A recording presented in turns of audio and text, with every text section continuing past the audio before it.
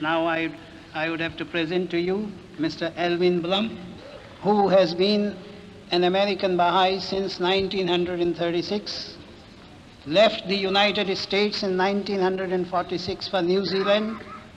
He became a member of the NSA of Australia and New Zealand, left New Zealand in 1953 for Indian Conference, and from there pioneered to Solomon Islands, where he suffered much privations, but his sufferings have brought forth fruits, and a large number of people in Solomon Islands have become Baha'is.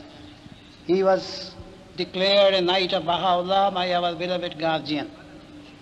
I would now present him to you to speak to you on mass conversion, please. Mr. Chairman, beloved hands of the cause, beloved members of the International Tribunal, fellow believers, when I first received from the hands a letter advising me that I was going to be one of the speakers at this great conference, my first thought was to cable no. I do not consider myself an authority. I do not consider myself worthy to stand up before such souls that I see before me.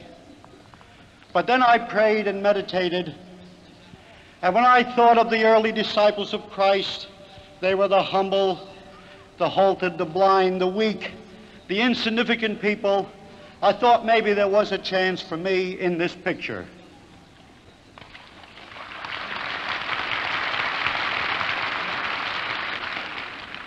And I cabled,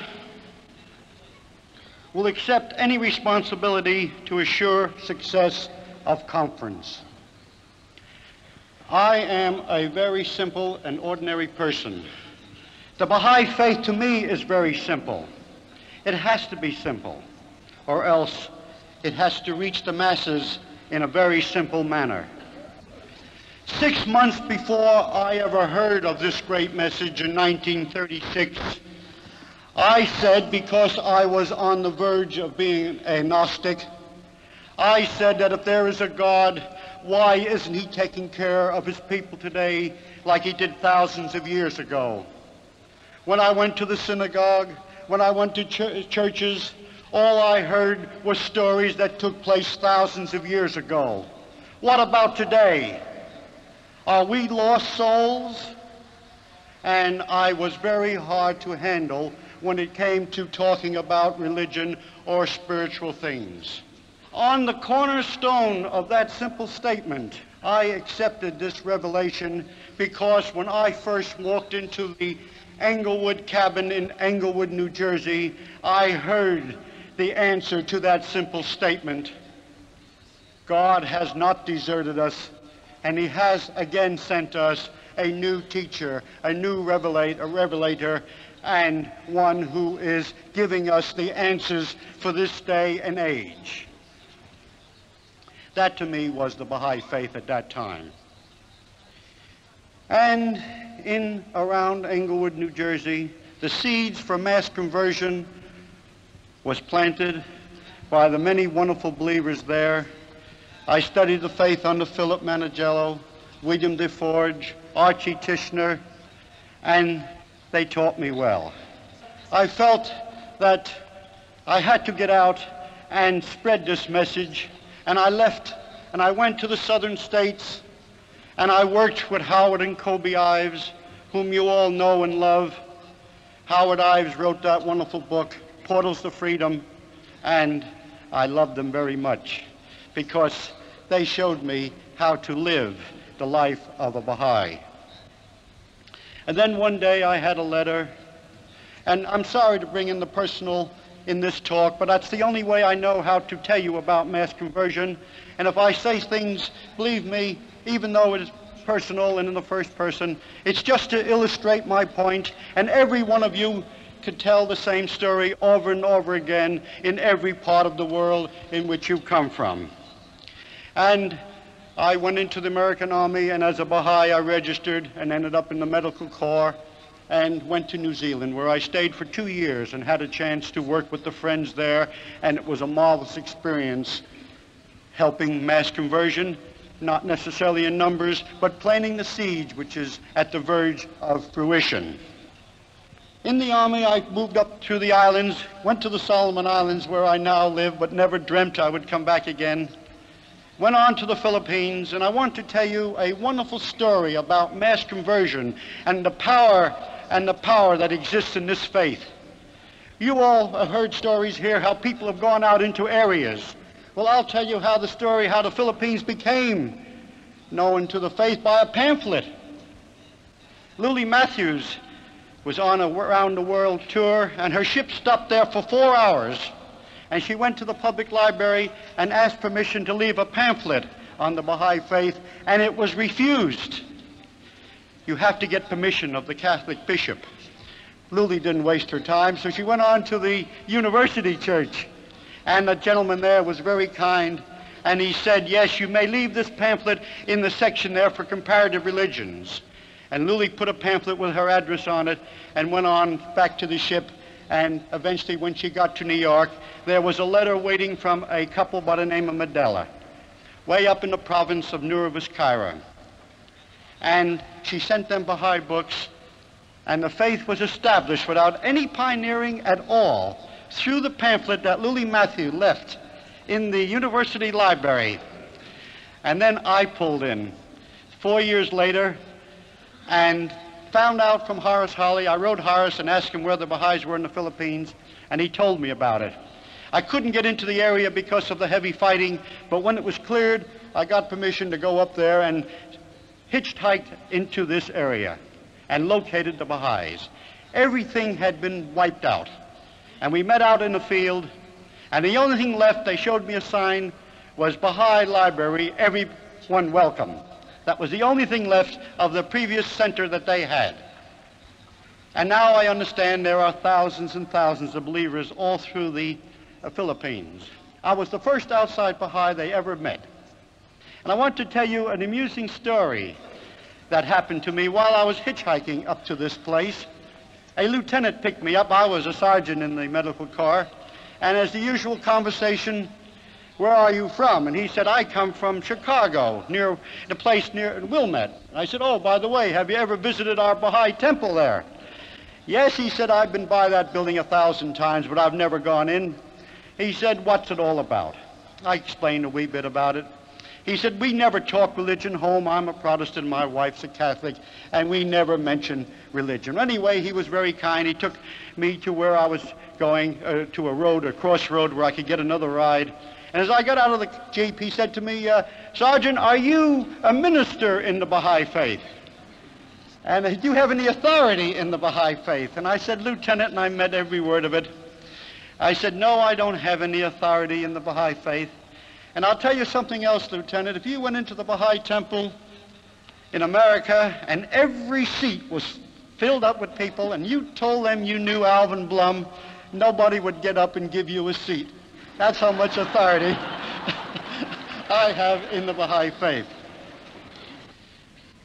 So after I had a chance to get back up again and help the friends in this area, and then I went home and married and wrote to our beloved guardian and asked permission to go out and teach in the international field. He granted us permission to go back to New Zealand, and we went there with our 6-month-old baby girl. As you know, during the time of the Bab, during his short dispensation, the faith spread to about 2 countries. I think it was Persia, Iran, and Iraq. Under Baha'u'llah, 15 countries knew about this great revelation. Under Abdu'l-Baha, the faith spread to about 35 countries. And I don't have to tell you what happened under the direction of our beloved guardian. Through his guidance, the LSAs were formed, the NSAs were formed, the administration was strengthened. And in 1937, he issued tablets, the guardian I'm talking about, that ended up in the spiritual conquest of the South America. In 1943, he spoke about spiritual conquest of Europe. And that ended and culminated in the 4 great intercontinental conferences. And I had the privilege of going from New Zealand to this intercontinental conference, and also permission was granted to my wife and myself to come to Haifa and visit our beloved guardian. I get weak when I think that if I had let obstacles stand in my way or our way. We didn't have any money to make the trip. We had a car, we had a house, we had a business. And we sold the car, and we sold the house, and we sold the business, and made the trip, and it was the best move we ever made in our lives.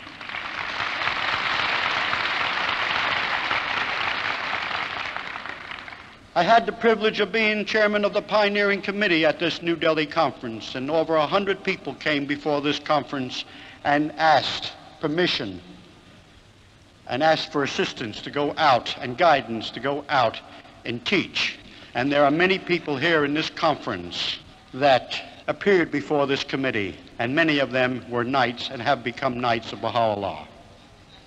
A labor leader said years ago when asked what labor wanted, and his answer was more, more, more, more of everything. The slogan of our committee in New Delhi was go, go, go. And these people represented a cross-section of humanity. There are housewives, businessmen, plumbers, electricians, bakers, a cross-section of humanity. And then we had a wonderful cable from the Guardian, Teach India. Just 2 words, Teach India. And we had the privilege of traveling over 4,000 miles, visiting different Baha'i centers and telling the friends as much as we could about our experiences elsewhere and about our beloved faith. But the culmination of that trip was visiting Haifa, and when the Guardian embraced me and said, "Welcome, this is your home," I felt it was my home. To pray at the shrines, to have 10 holy days there is something that we'll never forget. And we too had the privilege of standing behind the Guardian, as Mrs. Hoffman mentioned the other day, and looking over his shoulder while he put out the map that he himself had made up of the original 10-year plan, and he explained many things to us. We have 11 pages of notes from that trip, and that is a book in itself. Many people have come to me and asked, what is the secret of pioneering? The secret is sacrifice. The secret is willing to give everything of yourself. The secret is willing to be sick, be lonely, willing to cry. Give up yourself, and willing to pray for God to help. That's the secret, believe you me. You go into strange places, you're hungry, you're tired, and you're just fed up. But if you have the faith, everything works. The power of prayer, friends, is dynamic. You can't believe me what's happened. And I'm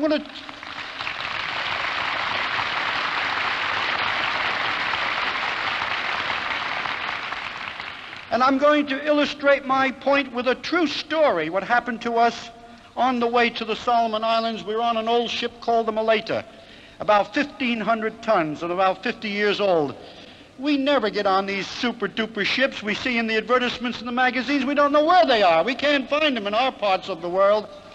And this old tub took 19 days to get from Sydney to the Solomon Islands, 2,000 miles in 19 days.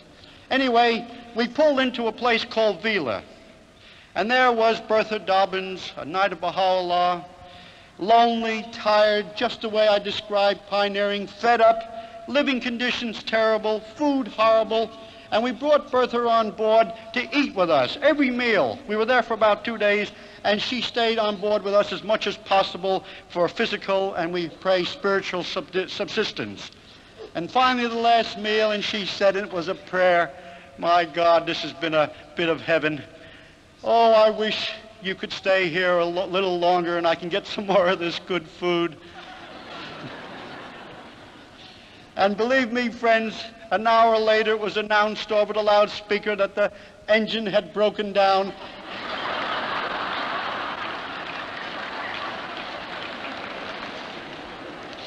And good old Bertha had another 3 meals. And she's still there. She's still there. There's a wonderful Baha'i school. There's Baha'is all over the place, and she had a most difficult time. There should be a book written about her experiences there. So, friends, we arrived in this old ship, the Malaita. We came into the Solomons 4 o'clock in the morning. And my wife and daughter, she was 6 years old then, we went up on the top boat deck and we said our prayers and we shouted, Ya Baha Lebha, Ya Baha Lebha. We didn't know then that the spiritual conquest of the Solomons was taking place at that moment. And I want to introduce my wife, who was with me and stood by everything that I'm telling you. She was there alongside of me. Where's Peter? I have a daughter somewhere. And we went ashore in a launch. The ship couldn't go into the shore. It was too dangerous. I mean, we were stood out in the open ocean, and we went ashore. And we stood on the beach with our luggage around us, no taxi cabs. And a Catholic priest came along and picked us up in his utility and took us to the local hotel, a magnificent hotel of 9 rooms. Little did he realize how he was part of the spiritual conquest of this planet. And I hope and pray that a pioneering committee will be set up here by our beloved hands or the International House of Justice, because many people want to leave from this place and go pioneering. The Solomons is a British protectorate, and we have a High Commissioner sent out by the Queen. It's a good government, and they're nice people. It was very difficult to make headway into the place. We had some wonderful tablets from our beloved guardian. Every time we reached the end of our tether, a wonderful tablet would come and give us that inspiration and cheer that we needed. There are 100,000 Solomon Islanders in the place, 300 Europeans, or white people as you call them here, and 500 Chinese. The guardian told us not to teach in a hurry. Make your beachhead and get your roots deep into the place, and that's what we have done. It took about 2 to 3 years before we had our first local spiritual assembly, but today we have 750 registered Baha'is and 10 local spiritual assemblies scattered all over the protectorate.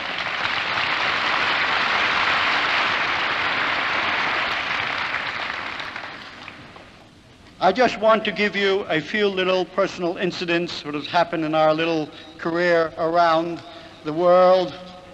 One day, Carlos Featherstone took me to the airdrome at Adelaide after a little teaching trip in the Adelaide area, and the hostess put me next to another elderly gentleman, and we got talking, and he said, you are an American? And I said, yes. I didn't tell him I was living in the Solomons. He said, how do you like our country? Well, whatever I said was along Baha'i thought pattern, Baha'i phraseology, terminology, the oneness of mankind. They need more of a mixture of people in Australia. And he turned to me, he said, you should be a member of the Baha'i World Faith. And I was never so proud when I drew myself up and I said, I happen to be a member of the Baha'i World Faith. We had a wonderful talk. And then one day I got fed up. I got tired of the heat and everything and working, and I said to my wife, I'm going off to Gold Ridge. The name Solomon comes from the founder, Medea, who came in 1590, who thought that he had discovered the Solomon mines. And that's where the name Solomon comes from, Solomon Islands. And there is gold there in an area called Gold Ridge. And I went off in my best safari outfit with 6 Solomon Islanders carrying all my gear. And I went up into the mountains there carrying some Baha'i pamphlets with me, which I didn't use up there at all, because there was nobody up there to talk to about the Baha'i faith. And it rained, and I had a cot along, and I stayed in the cabin that was up there on this claim, reading Bill Sears' Thief in the Night, while my boys were down digging for gold. And they got more out of it than I did. Physical gold I'm talking about. I got the spiritual gold. Well, anyway, on the way back, I had crossed the river with my utility when the water got in and shorted the motor, and I couldn't get back. I had to stay in a village, and I walked into this village and asked the headman's permission to stay there. You always ask permission to stay in a village because that's their home, and we must be courteous. We just can't barge in and say, give me a cabin or give me a hut. And I had some extra food, and we all had a big feast, the head man and myself. We sat around, and a chap came up to me on a crutch. He said, Mr. Blum, in perfect English, tell us about the principles of the Baha'i faith. My word, he said the right thing. I said, line up the people. I got the pamphlets that I've been carrying for 6 days and never used. And that whole town, that whole area now, we have a local spiritual assembly in it. This lad who spoke to me, Stephen, he's a Baha'i. And that broke the whole area. It gave us a leg in. We had permission. We had a place to go to meet in this lad's village. And then one day, a Solomon Islander came into our home. Our home is the center, the Baha'i center in Haniara. And his name is Hamuel. You'll read and hear about this Solomon Islander. He's the big daddy in his area. He's the spark plug in his area. He's the cause of hundreds of believers coming in. And we had prayed and hoped we could bring him here to this conference, but we couldn't work it. And Hamuel went back to a village called Hauhui. And that whole area, there's hundreds of believers all through that area. We've attracted the pagans, people that wouldn't have a thing to do with the missions. They're intelligent, they're smart, they're clever, and they know what they're doing. And we offer them nothing either. We have nothing to give them, and still they have accepted the faith. We have our renegades, if you want to call it. There are Solomon Islanders out for all they can get. Not everyone walks around with a halo over their heads, but the majority are pretty solid and know what they're doing. There's quite a bit of opposition springing up from the missions, and that's good. Hamuel wrote a strong letter about that, and I wrote him and encouraged him, and I sent the letter on to the RSA, and they in turn cabled him encouragement. They don't like what we're doing, but there's freedom of religion in the Solomons. That's backed by British law. As long as you don't do something to excite the locals, excite the Solomon Islanders to arise against the government or do something to harm themselves. And we have gained the respect of the government. So now, friends, what more can I say? The past is wonderful, the present is glorious, the future, we all have a tremendous job. We've got to establish schools in the Solomon Islanders. We've got to educate them to go out and teach themselves. We've got a lifetime job. We'll meet again, maybe on this plane, maybe on the other. But whatever we do, I know we'll all be happy. We're all happy working together, and we are kissing Baha'is, and let's keep it that way because I love it.